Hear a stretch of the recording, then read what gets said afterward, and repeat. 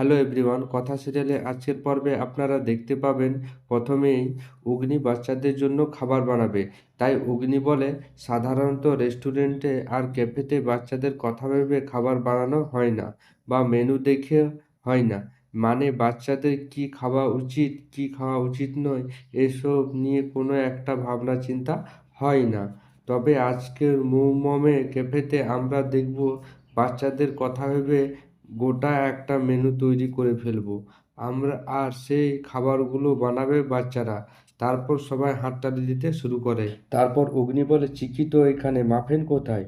তখন মাফিন বলে, এই তো আমি এসে গেছি। তখন সবাই কর্তা দাদুকে দেখে অবাক হয়ে যায়, কারণ কর্তা দাদু প্যান্ট শার্ট পরে হিরোর মতো লাগছে। তখন কর্তা দিদা বলে, এই কি আমি কাকে দেখছি? ধুতি পাঞ্জাবি ছেড়ে একদম প্যান্ট শার্ট আর এই জামা। তখন মাফিন বলে, বিগ মাই বয়ফ্রেন্ডস।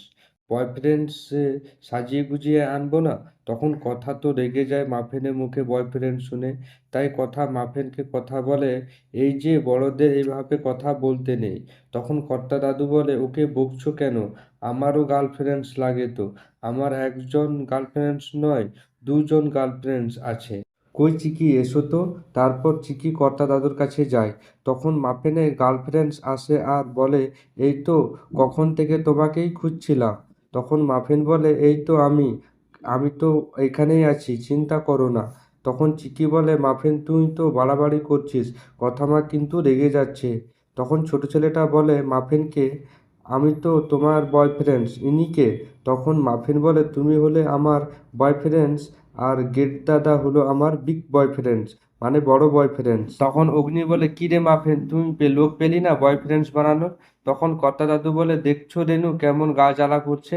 তখন কর্তা দাদু অগ্নিকে বলে, তোমার মেয়ে আমাকে বয়ফ্রেন্ডস বানিয়েছে। তারপর সবাই হাসতে শুরু করে। তখন কর্তা দাদু রেনুকে বলে, তুই এত গভীর কেন? তখন রেনু বলে, তো আমার কথা বন্ধ হয়ে গেছে, বুড়োকে ছড়া সোজা দেখে আমার মুখ বন্ধ হয়ে গেছে। কর্তা দিদা রাগ হচ্ছে, কারণ কর্তা দাদু প্যান্ট শার্ট পরে পুরো হিরোর মতন লাগছে। তাই তার আগে চ্যানেলটাতে নতুন হয়ে থাকলে অবশ্যই একটা লাইক দিয়ে চ্যানেলটাকে সাবস্ক্রাইব করে নেবেন। তখন অগ্নি বলে, এনিবেস্ট এনিবেস্ট, আজকে কিন্তু আমার রান্নায় হেল্প করবে মাফিন আর চিকি। তখন অগ্নি বলে, চলো। আরেকদিকে কথা রেগে যাচ্ছে মাফিনের মুখে বয়ফ্রেন্ড শুনে। তখন জুনি আসে কথার কাছে আর বলে, এত চিন্তা কেন করছিস বলতো?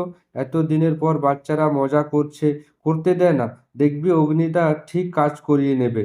তখন কথা বলে, সে তো দেখতে পাচ্ছি নিজের মতন তৈরি করছে, যত সব হাবিচাবি খাওয়া।